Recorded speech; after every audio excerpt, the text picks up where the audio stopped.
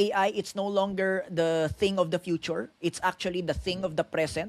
In fact, if you don't know about AI today, you will be left behind.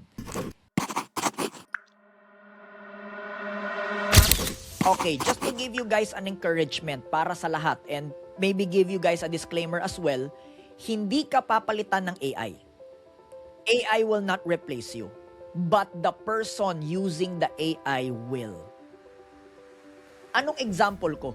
Alam nyo ba, under my own R&D, meron akong AI department in one of my companies. I think nabanggit mo na there's a specific company that I have that we have 240 employees. Okay?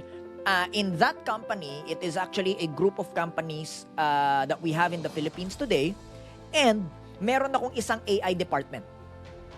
Hindi ko alam kung nakikita nyo on Facebook page na nagtuturo rin to ng AI. It's called Scale with AI. Okay?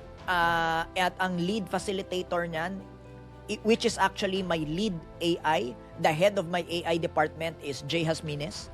Okay? Nagtuturo to ng mga kumpanya kung paano gagawing AI-enabled yung kanilang companies. And, just to share with you, Sir Vic, siya ang nag-head ng aking AI department. Now, bakit ko to kinikwento sa'yo? Because, did you know that nasa research and development siya ngayon and my instruction is what in our operations can be automated by AI and what in the job description, allow me to say, negosyo po ito, yung nagiging redundant ang tao kasi kaya siyang gawin ng AI. Let's be honest, allow me to say, example, poster. Ikaw, sir, you're a photographer, Sir Vic, di ba? That's your business.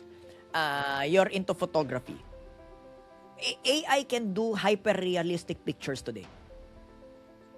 AI can do, alam mo yon, artistic designs. AI can do a lot of all of these creative posters. But, the eye, hindi ko alam kung paano to explain, pero yung mata, on what makes a good shot and not, only you can do it, Sir Vic. Ngayon, honestly, Sir Vic, kapag meron dalawang picture, ibigay mo sa akin, hindi ko yan, because I don't have the eye. So, I cannot tell you which is which. Pero ikaw, Sir Vic, you would know what's a good shot and what's not a good shot.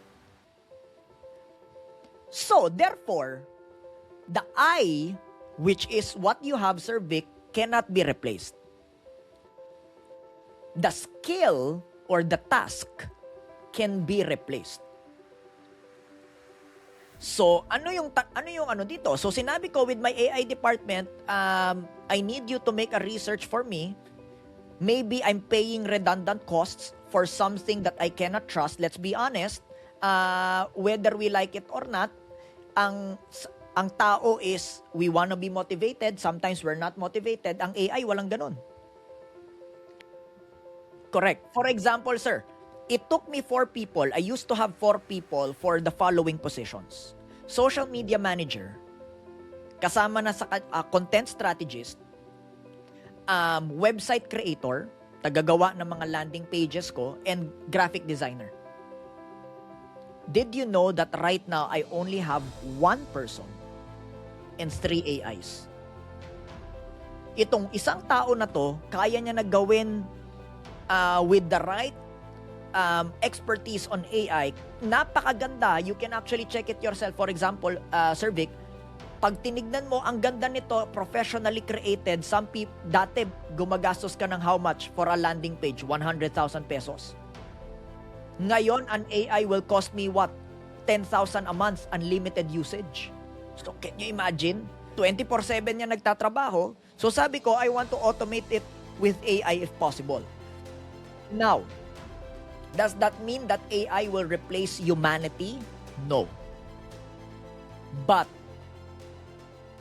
you will be replaced by humans who can use AI.